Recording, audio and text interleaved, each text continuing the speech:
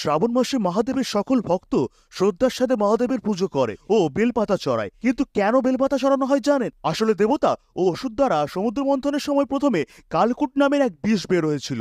আর সেই বিষ এতটাই ভয়াবহ ছিল যা অসুর বা দেবতা কেউই নিতে চাইল না। তখন সমস্ত দেবতা, দানব ও মানব জাতির রক্ষার জন্য সেই বিষ মহাদেব গ্রহণ করেছিল। এর ফলে ভগবান শিবের শরীরের তাপ বেড়ে চলেছিল। দেবতারা এটা দেখে চিন্তিত হয়ে মহাদেবের শরীরে জল ঢালতে থাকে, কিন্তু তারপরও শরীরের তাপ না কমলে দেবতারা মহাদেবের শরীরে বেলপাতা লাগিয়ে দেন।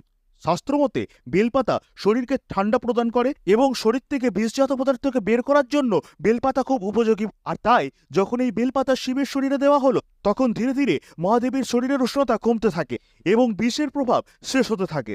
আর তার সাথে মহাদেবকে জল দিয়ে শীতল রাখা হয়েছিল। আর সেই প্রথা অনুসারে আজও শিবলিঙ্গে বেলপাতা ও জল ঢালার প্রচলন চলে আসছে। আপনিও সত্যিকারের মহাদেবের ভক্ত হলে এই ভিডিওটি অবশ্যই একটি লাইক দিয়ে কমেন্ট